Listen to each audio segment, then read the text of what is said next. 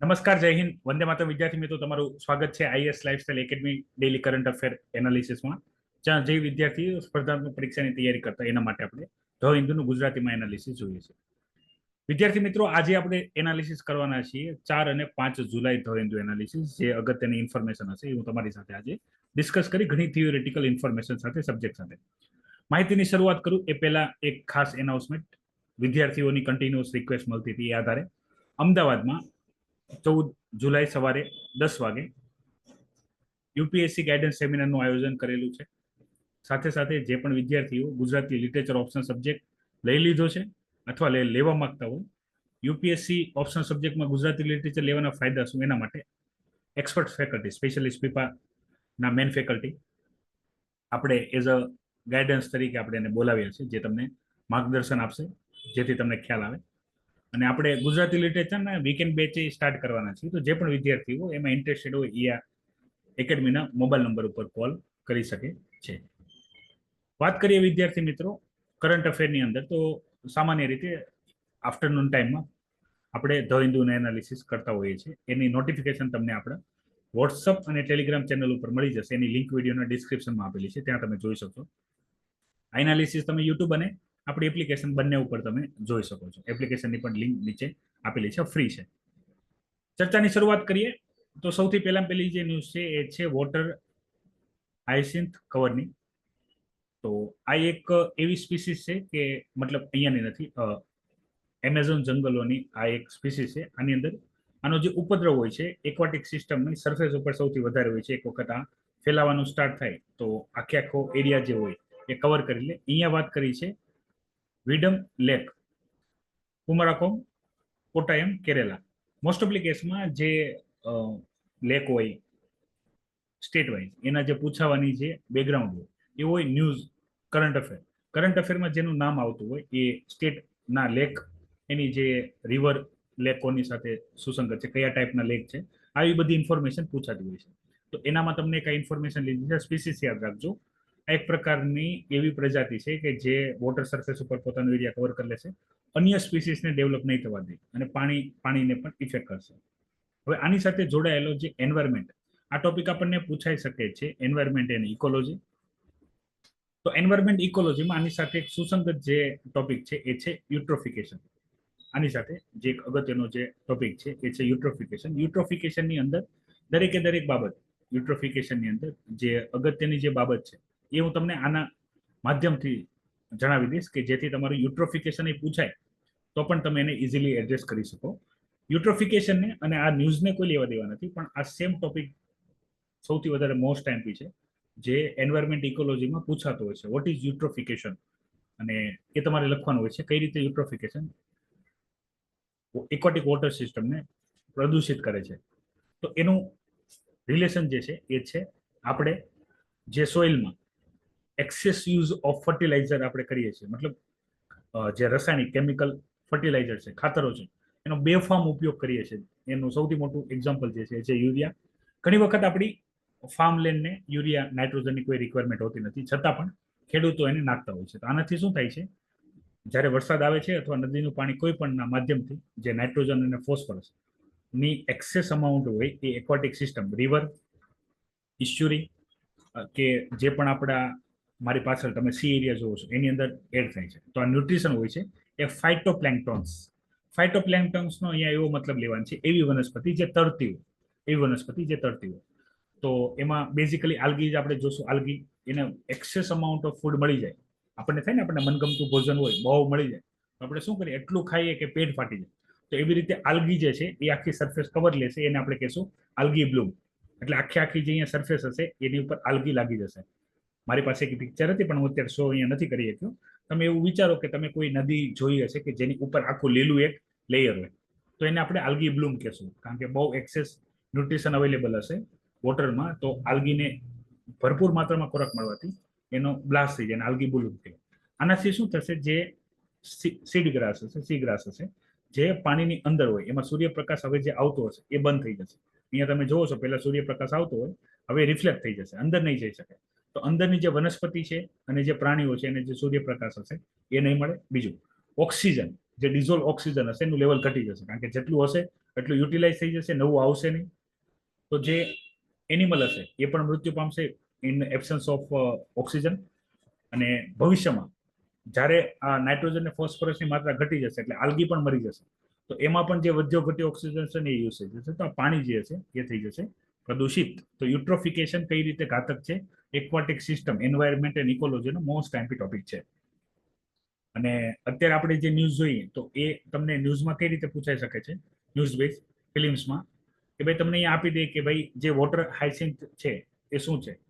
Okay, water hyacinth છે એ શું છે, તો યાદ રાખો છો એક્વાટિક પ્લાન્ટ છે જે બહુ સ્પ્રેડ થાય છે અને કયા લેકમાં હમણાં જોવા મળ્યું હતું. તો એ રીતે તમે જીઓગ્રાફીના ક્વેશ્ચન તરીકે પણ આને યાદ રાખી શકો છો. તો આ થઈ ગઈ પહેલામાં પહેલી 4 જુલાઈ વાળી અગત્યની ન્યૂઝ.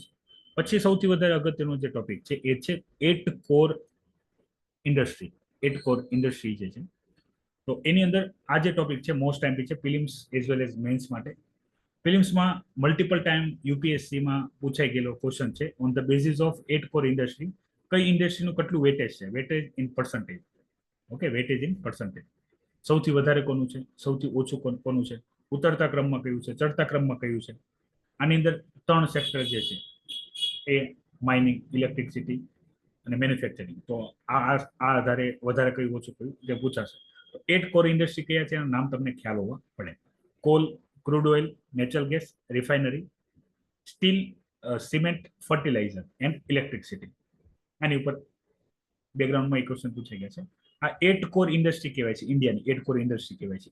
તો કોરનો મતલબ અહીંયા એવું સમજો કે ભારતનું ઇકોનોમી કયા સેક્ટર ઉપર ડિપેન્ડ છે. તો આ 8 સેક્ટર છે જેની ઉપર ડિપેન્ડ છે. કોરોના લોકડાઉનમાં બની શકે અન્ય કોઈ પણ એક્ટિવિટી ના થવાને લીધે બાકી બધા સેક્ટર બેસી શકે, પણ આ નહીં. આમાં સૌથી વધારે જે અગત્યનું છે ને એ છે ઇલેક્ટ્રિસિટી. આપણા માટે ઇલેક્ટ્રિસિટી માટે આપણે ડિપેન્ડ છીએ કોલ ઉપર અને મધન છે જે ફ્યુલ આપણે યુઝ કરીએ છીએ, નેચરલ ગેસ યુઝ કરીએ છીએ એના માટે કનેક્ટિવિટી, જે અહીંયા ચર્ચા કરેલી છે. આ શું છે કે જેટલું ઇન્ડિયાનું ઇકોનોમિકલ ગ્રોથ થશે એટલી ઇલેક્ટ્રિસિટી ડિમાન્ડ વધશે. ભારતને જે 5 ટ્રિલિયન ઇકોનોમી બનવું છે તો 5 ટ્રિલિયન ઇકોનોમી એમ તો નહીં બને. એના માટે આપણે કમર્શિયલ એક્ટિવિટી અને અન્ય એક્ટિવિટી વધારવું. એ સેમ રેસિડેન્સ એરિયામાં જે ઇલેક્ટ્રિસિટીની ડિમાન્ડ છે અત્યારે આપણે જાણીએ છીએ ઉનાળામાં ઇલેક્ટ્રિસિટી ના હોય તો આપણને કેટલી મતલબ પંખા વગર, એસી વગર કેટલી સમસ્યા થાય છે. તો ઇલેક્ટ્રિસિટી જેટલી વધશે એટલું આપણું ઇકોનોમિકલ ગ્રોથ વધશે. હવે ઇલેક્ટ્રિસિટી માટે આપણે ડિપેન્ડ છીએ અત્યારે ફોસિલ ફ્યુલ ઉપર, મતલબ પરંપરાગત જેટલા પણ અશ્મિ ઇંધણો છે એના ઉપર આપણે એની ડિપેન્ડન્સી ઘટાડવાની છે ઇન શોર્ટ. કારણ કે આપણે ગ્રીન હાઉસ અને જે ગ્લોબલ વોર્મિંગ જે છે એને પણ આપણે ફોકસ કરવાનું છે. તો અહીંયા ખાસ જે ડિસ્કશન છે પાવર પ્લાન્ટ, ઇલેક્ટ્રિસિટી જનરેશન એના પર્સન્ટેજ આપેલા છે. એ વાઇઝ તમને યાદ રાખવાની. કયા ચેન્જીસ થાય છે ઓલ ઓવર ક્વાર્ટરલી તમે રિઝલ્ટ યાદ રાખી શકો છો, એન્યુઅલી રિઝલ્ટ યાદ રાખી શકો છો. 8 કોર ઇન્ડસ્ટ્રીમાં કોણ છે, સૌથી વધારે વેટેજ કોનું છે, અત્યારે કયા સેક્ટરમાં શું ચાલે છે. મોસ્ટ ઓફલી સ્ટીલ ને સિમેન્ટ. સ્ટીલ સિમેન્ટ એ ઇન્ફ્રાસ્ટ્રક્ચર રિલેટેડ છે, જેટલું પણ બાંધકામ થતું એટલું ગ્રોથ થશે. જ્યારે ઇલેક્ટ્રિસિટી, કોલ અને ક્રૂડ ઓઇલ એ તો મેં તમને કીધું છે. ક્રૂડ ઓઇલની ડિટેલ ડિસ્કશન આપણે પેટ્રોલ વાળા જે ટોપિક હતી એની અંદર કરેલી છે. તમે આપણી ટેલિગ્રામ ચેનલ જોઈન કરેલી છે, વોટ્સઅપ ચેનલ, તેમાં નિયમિત રૂપથી આપણે એ બધી માહિતી પોસ્ટ કરતા હોઈએ છીએ જેથી વિદ્યાર્થીને ઉપયોગી થઈ શકે. એવું જ એક ડિસ્કશન છે એ છે પરચેસિંગ મેનેજર ઇન્ડેક્સ, પીએમઆઈ. પીએમઆઈમાં યાદ રાખવાનું છે 50 થી વધારે હોય એની વેલ્યુ. તો આપણે એવું સમજશો કે માર્કેટમાં ડિમાન્ડ છે. ડિમાન્ડ છે એટલે ઇકોનોમી ગ્રો કરતી હશે. અને 50 થી નીચે હોય મતલબ માર્કેટમાં ડિમાન્ડ નથી, કારણ કે ડિમાન્ડ સપ્લાય હોય. ઓર્ડર હશે તો મેન્યુફેક્ચરિંગ કરશું, મેન્યુફેક્ચરિંગ કરશું તો આપણને જે વર્કર હશે એને રેવન્યુ મળશે ને એ ટાઈપ. તો પરચેસિંગ મેનેજર ઇન્ડેક્સમાં પણ આપણે નિયમિત રૂપથી આપણે ડિટેલ ડિસ્કશન કરશું. કોઈ વખત આખો જે પરચેસિંગ મેનેજર ઇન્ડેક્સ છે એની પણ ચર્ચા આપણે ડિટેલમાં એકવાર જોઈ લેશું કે જેથી તમારો આઈડિયા ક્લિયર થઈ જાય. હવે અહીંયા વાત કરી છે બેડ લોન્સની. બેડ લોન્સની અહીંયા વ્યાખ્યા કરેલી છે. બેડ લોન શું હોય અને એનપીએ, બેડ લોન અને એનપીએ ની અહીંયા ડિસ્કશન કરેલી છે. હવે અહીંયા બેઝિકલી કેવા શું માંગે છે કે જે બેડ લોન્સ છે, બેડ લોન એ હવે ઇન્ડસ્ટ્રીથી ઇન્ડિવિજ્યુઅલમાં ટ્રાન્સફર થઈ રહ્યું છે. આનો કહેવાનો મતલબ શું છે કે અત્યાર સુધી તમે એવું જોયું હોય કે કોઈ પણ ઇન્ડસ્ટ્રી મતલબ કંપની આપણે અહીંયા લઈ લઈએ, કોઈ કંપની લોન લેતી હોય એ ના ચૂકવે, આવું બનતું હોય છે અને આવું એનો રેશિયો બહુ ઓછો હોય. હવે શું થયું છે, આ પ્રોબ્લેમ ઇન્ડિવિજ્યુઅલ સુધી પહોંચી ગઈ છે. મતલબ ઇન્ડિવિજ્યુઅલ લોન લઈ લે છે, વ્યક્તિગત વ્યક્તિ જે છે લોન લઈ લે છે. અહીંયા કઈ પર્સનલ લોન, અન્ય વ્હીકલ લોન, કઈ પણ લોન, એ બધી ઓવરઓલ વાત કરેલી છે. કોઈ એક ઇન્ડિવિજ્યુઅલ કેટેગરી ઓફ લોનની ડિસ્કશન નથી, ખાલી એટલી વાત કરી છે કે ઇન્ડસ્ટ્રીથી એનપીએ જે છે ઇન્ડસ્ટ્રીથી ઇન્ડિવિજ્યુઅલમાં ટ્રાન્સફર થઈ રહી છે. તો અહીંયા બેઝિકલી આપણે જે સમજવાનું છે એ છે બેન્કિંગ સેક્ટર. તો બેન્કિંગ સેક્ટર કામ કઈ રીતે કરે? તો banking sector saving account, current account, FD ના માધ્યમથી આપણી બધા પાસેથી રિકરન્ટ ડિપોઝિટ આ બધી બધા પાસેથી પૈસા લેશે. એ પૈસાને ઇન્ટરેસ્ટ ઉપર લોન આપશે. બેંકનો બિઝનેસ ચાલે લોન ઉપર. બેઝિકલી એ લોન 7%, 8%થી લઈને તે 18%, બરાબર, કે એનાથી વધારે પણ પ્રાઇવેટ સેક્ટર એનબીએફસીની આપણે વાત કરીએ તો વધારે સુધી એ લોન આપે જેને જરૂર હોય. સામે કોઈ વ્યક્તિ જેને બહુ પૈસાની જરૂર છે, વ્યક્તિગત કે ઇન્ડસ્ટ્રી, એની પાસે લોન લેશે. એને લોન જે પણ ઇન્ટરેસ્ટ લીધી હોય એ લોન પે કરશે, અને લોન પે કરવાની સાથે બેંકને જે ફાયદો થશે, બેંક એ આપણને ઇન્ટરેસ્ટ તરીકે આપશે. સેવિંગમાં આપણને ઇન્ટરેસ્ટ આપશે બેંક.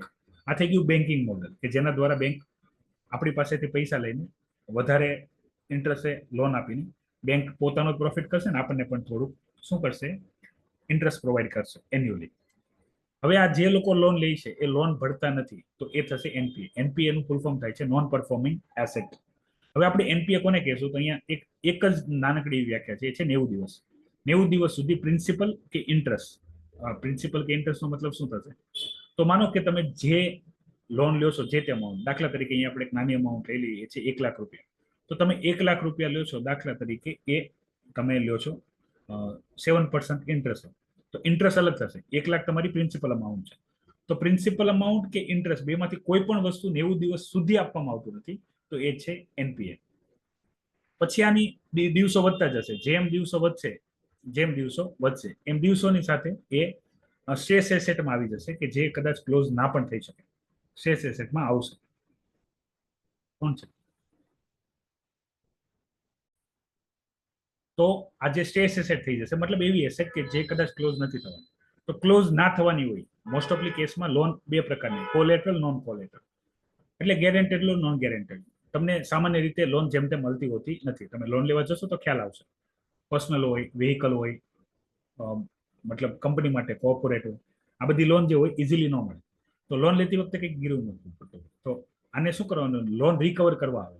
બેડ લોન એવી લોન હશે કે જે બેંકને રિકવર થવાની નથી તદ્દન. તો રિકવર કરવા માટે ઇન્સોલ્વન્સી બેંક તરફથી કોડ છે. Bank RBI time to time આની અંદર લોન રિકવર થઈ શકે. યાદ રાખજો, બહુ વધારે એનપીએ થઈ જાય, વધારે બેડ લોન થઈ જાય તો બેંક મરી જશે. બેંક મરી જશે તો બેંકની અંદર જેટલા પણ લોકોના પૈસા સેવિંગ એફડી માં પડ્યા હશે, કરંટ એકાઉન્ટમાં, એને લોસ થશે. એ ના થાય એના માટે RBI time to time reform કરતું હોય છે.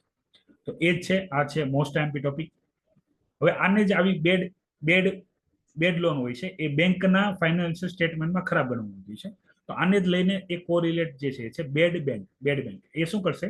આવી અલગ અલગ, અને આને બની શકે આપણે અહીંયા વિજય માલ્યાનું એક ઉદાહરણ લઈ લો કે વિજય માલ્યાને એક બેંકે લોન ન આપેલી હોય, લાડ બધી બેંકે લોન આપેલી, બધાની એનપીએ થઈ ગઈ છે. તો આ બધી અસેટ જે છે અલગ અલગ જગ્યાએ છે, અલગ અલગ વ્યક્તિ આની ઉઘરાણી કરશે. એની જગ્યાએ આખી લોન એક જ બેંકમાં ટ્રાન્સફર થઈ જાય. જે બેડ બેંક હોય એની અંદર આવી જેટલી પણ લોન હોય એક જગ્યાએ ટ્રાન્સફર થઈ જાય, અને એક જ સિંગલ રિકવરી કરે. કરંટ અફેર અને થિયરીનો પોર્શન છે. GS paper 3 economy. GS paper 3 economy માટે મોસ્ટ છે. જો તમારું થોડું ઘણું બેન્કિંગનું નોલેજ છે, કોમર્સ બેકગ્રાઉન્ડથી છો, તો તમારા માટે આ બધું સમજવું ઈઝી છે. નહીં તો તમને થોડુંક કોમ્પ્લેક્સ લાગી શકે છે. હવે અહીંયા વાત કરવામાં આવી છે સૌથી પહેલા એસસીઓ, સંઘાઈ કોઓપરેશન ઓર્ગેનાઇઝેશનની જે સમિટ છે જે કઝાકિસ્તાનની અંદર થવાની છે, જ્યાં આપણા જે ફોરેન મિનિસ્ટર છે જયશંકરજી, તો એ જશે.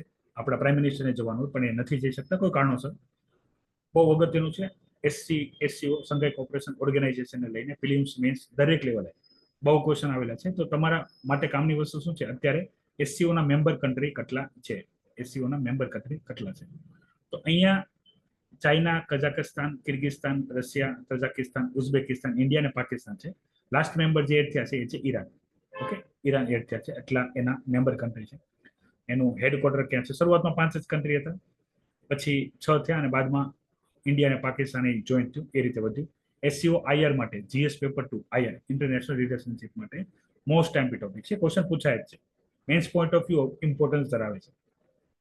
મીટિંગ ક્યાં થઈ, શું ચર્ચા થઈ? બેઝિકલી આ મીટિંગની અંદર એક જ એવી મીટિંગ છે જ્યાં ઇન્ડિયા, ચાઇના, રશિયા ત્રણેય ભેગા થઈને કંઈક ડિસ્કશન કરે. બાકી મોસ્ટ ઓફલી કેસમાં આપણે લઈ લઈએ તો ઇન્ડિયા અને ચાઇના ડાયરેક્ટલી મેમ્બર નથી, બરાબર. આસિયાન છોડી દઈએ તો આસિયાનમાં આપણે મળતા હોય છે, પણ એનાથી વધારે કંઈ નહીં. જે હમણાં આની પહેલા પણ જે G7 ને અન્ય મિટિંગ થઈ ત્યાં પણ એને મળવાની પોસિબિલિટી હોય છે, પણ એમાં બે દેશોની બાયલેટરલ ટોક થતી હોતી નથી. આઈઆર માટે અગત્યનું છે એસસીઓ. જે પણ ઇમ્પોર્ટન્ટ ટોપિક હોય છે જીએસ પેપર વાઇઝ એની આપણે ચર્ચા કરીએ છીએ. એવો જ એક ટોપિક જે છે એ છે સાઉથ ચાઇના સી, જેમાં ચાઇના પોતાનો દબદબો વધારે છે. અને એ દબદબામાં અત્યારે વાત કરી છે પેસિફિક વનતુ આઇલેન્ડ. તો એક મેપમાં એક વખત વનતુ આઇલેન્ડ જે છે જોઈ લો. આની પહેલા જે આપણે એક ટોપિકમાં ડિસ્કશન કરી હતી એ હતી સોલોમન આઇલેન્ડ. આઈઆર માટે અગત્યનો ટોપિક છે. એની અંદર સાઉથ ચાઇના સીની અંદર ચાઇના પોતાનો દબદબો વધારે છે, આર્ટિફિશિયલ આઇલેન્ડ બનાવે છે. સોલોમન આઇલેન્ડની પણ આની પહેલા ચર્ચા હતી. આથી પાપાગુની અહીંયા છે.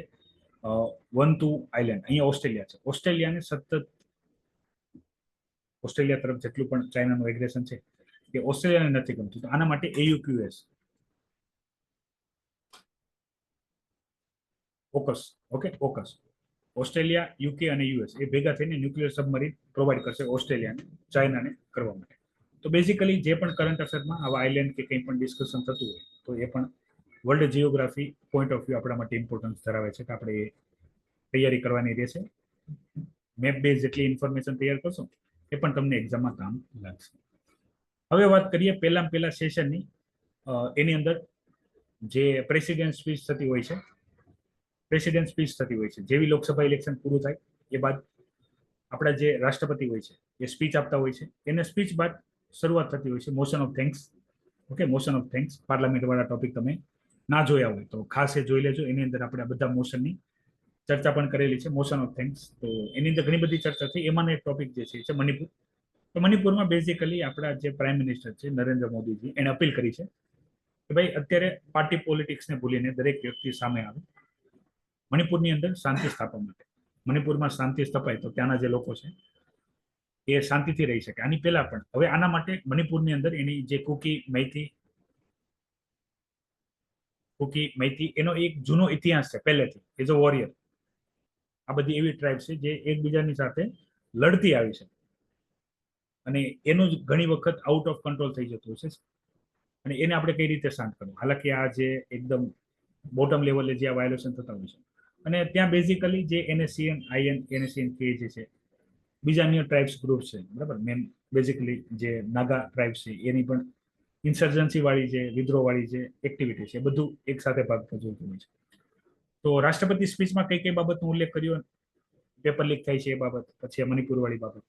તો આ જ બધી બાબત ઉપર હવે રાષ્ટ્રપતિ એ જે સ્પીચ આપ્યું એની અંદર ઉલ્લેખ થયો હોય અને બાકી ઓપોઝિશન એની ઉપર સવાલ પૂછે કોને, PM. અને PM એના જવાબ આપે. એ જવાબને લઈને અહીંયા ડિસ્કશન આપેલી છે.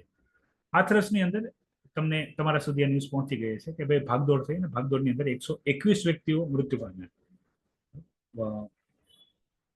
પ્રશાસનની ખામી અને આને એક યોગ્ય રીતે મતલબ હાથરસની આપેલી છે ઇન્સિડન્સ કે દોડધામ થવામાં એક માસ પબ્લિક બીજાને શું કરીએ નુકસાન પહોંચાડે. તો આવું ના થાય એનું આપણે ધ્યાન રાખવું જોઈએ.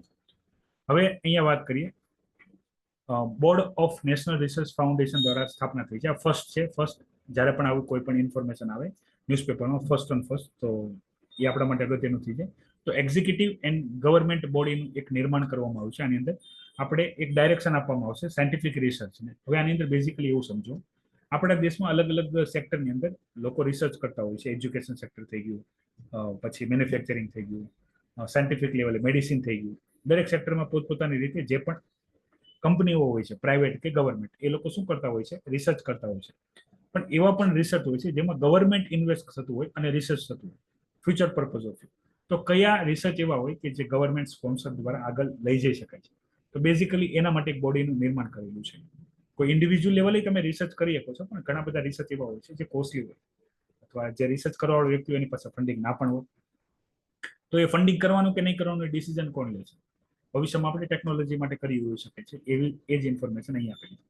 તો આ બોર્ડની અંદર મેમ્બર કોણ છે, અપોઇન્ટમેન્ટ કોને કરી, કઈ રીતે કામ કરશે એને લઈને ડિસ્કશન છે. અત્યારે ન્યૂઝ બેઝ છે, આની ઉપર ડિટેલ એનાલિસિસ આવશે ત્યારે આપણે વધારે ડિટેલમાં જોશો. અત્યારે ખાલી યાદ રાખજો નેશનલ રિસર્ચ ફાઉન્ડેશન નામાં એક બોર્ડનું ગઠન કરવામાં આવ્યું છે જે ડિસાઇડ કરશે કયા ફિલ્ડમાં રિસર્ચ થશે અને કઈ રીતે આગળ વધશે. બીજું ગવર્મેન્ટે જે એક એડવાઇઝરી આપી છે એડ્સ માટે કે જે ફૂડ અને હેલ્થ પ્રોડક્ટની એડવર્ટાઇઝમેન્ટ કરે છે એ બેઝિકલી આની પહેલા પણ આપણે એકવાર હું ચર્ચા કરી ચૂક્યો છું કે ભાઈ જે એડવર્ટાઇઝમેન્ટમાં તમે જે વસ્તુ બતાવો અને જે બતાવવાનું ક્વોલિટી બતાવવાનો હો કે એની પરફોર્મન્સ બતાવવાનો હો, જે પણ બતાવવાનું એનું સેલ્ફ ડિક્લેરેશન આપવું પડશે દરેકે, કંપનીએ પણ અને જે એડવર્ટાઇઝ કરી રહ્યા છે એને પણ. ક્યાં? તો એના માટે બ્રોડકાસ્ટ સેવા પોર્ટલનું નિર્માણ કર્યું છે. ટીવી, રેડિયો, ન્યૂઝપેપર, દરેક જગ્યાએ જે પણ એડ આપો છો એની અંદર તમે જે જાહેરાત કરો છો એ જેન્યુઅન છે, એની અંદર જે તમે ઇન્ફોર્મેશન આપવાના છો એ એડિક્વાઇડ છે, એમાં જે કીધેલું છે એ જ છે. ઓકે, મતલબ આ ભ્રમિત નથી. મેજિકલ એડને અહીંયા બેઝિકલી અહીંયા ટાર્ગેટ કરેલ છે કે તમે એવું ન કહો કે આ દવા લઈ લો ને ડાયાબિટીસ મટી જશે. એ રીતે તમે હવે કોઈ પણ એડવર્ટાઇઝમેન્ટ કરી શકશો નહીં. કરશો તો એની પુરાવો તમારે આપવો પડશે, અધરવાઇઝ તમારી ઉપર એક્શન લઈ શકાશે on the basis of advertisement. મતલબ તમે ખોટી એડ આપી શકશો નહીં, ઇન શોર્ટ. હવે એક રિપોર્ટ અહીંયા આવ્યો છે પોલ્યુશનને લઈને. પોલ્યુશનમાં અહીંયા બેની કમ્પેરિઝનની વાત કરી છે. હું તમને શોર્ટમાં ખાલી સમજાવી દઉં છું. અહીંયા વાત કરી છે દિલ્હી અને બેંગ્લોરની. પોલ્યુશન વાઇઝ જોવું તો દિલ્હીમાં વધારે પોલ્યુશન છે બેંગ્લોર કરતા, પણ મૃત્યુ જોવું તો બેંગ્લોરમાં વધારે છે દિલ્હી કરતા. તો આ જે એક મિસમેચ ઇન્ફોર્મેશન છે એને લઈને અહીંયા ડિસ્કશન કરેલી છે કે ભાઈ આનું કારણ શું હશે, આની મતલબ આ કારણ કયા કારણથી આવું થતું હશે કે પોલ્યુશન ઓછું હોવા છતાં શું થાય છે, સમસ્યા ક્રિએટ થાય છે. તો વિદ્યાર્થી મિત્રો, આ વાત થઈ ગઈ આપણે 4 અને 5 જુલાઈ ધ હિન્દુ એનાલિસિસ આપણે આફ્ટરનૂન ટાઈમમાં અવેલેબલ કરાવતા હોય છે. ટાઈમ થોડોક ફ્લેક્સિબલ હોય છે, ડિપેન્ડ ઓન ટાઈમ. અને ખાસ સેમિનાર અમદાવાદમાં રાખેલો છે, તો જેટલા વિદ્યાર્થીઓ સેમિનારમાં આવી શકતા હોય એ ડેફિનેટલી એકેડમીના મોબાઈલ નંબર પર રજીસ્ટ્રેશન કરાવે. અને રેગ્યુલરલી કરંટ અફેર એનાલિસિસ માટે તમે આપણી ટેલિગ્રામ અને વોટ્સઅપ ચેનલ જોઈન કરી શકો છો, જેની અંદર આવા ઇન્ફોર્મેટિવ એનાલિસિસ હું તમારા સુધી પહોંચાડ્યા કરીશ. આજના માટે એટલી જ છે. નવી ઇન્ફોર્મેશન સાથે હું તમારા સમક્ષ ફરીથી હાજર થઈશ. ત્યાં સુધી મને રજા આપો. જય હિન્દ, વંદે માતરમ.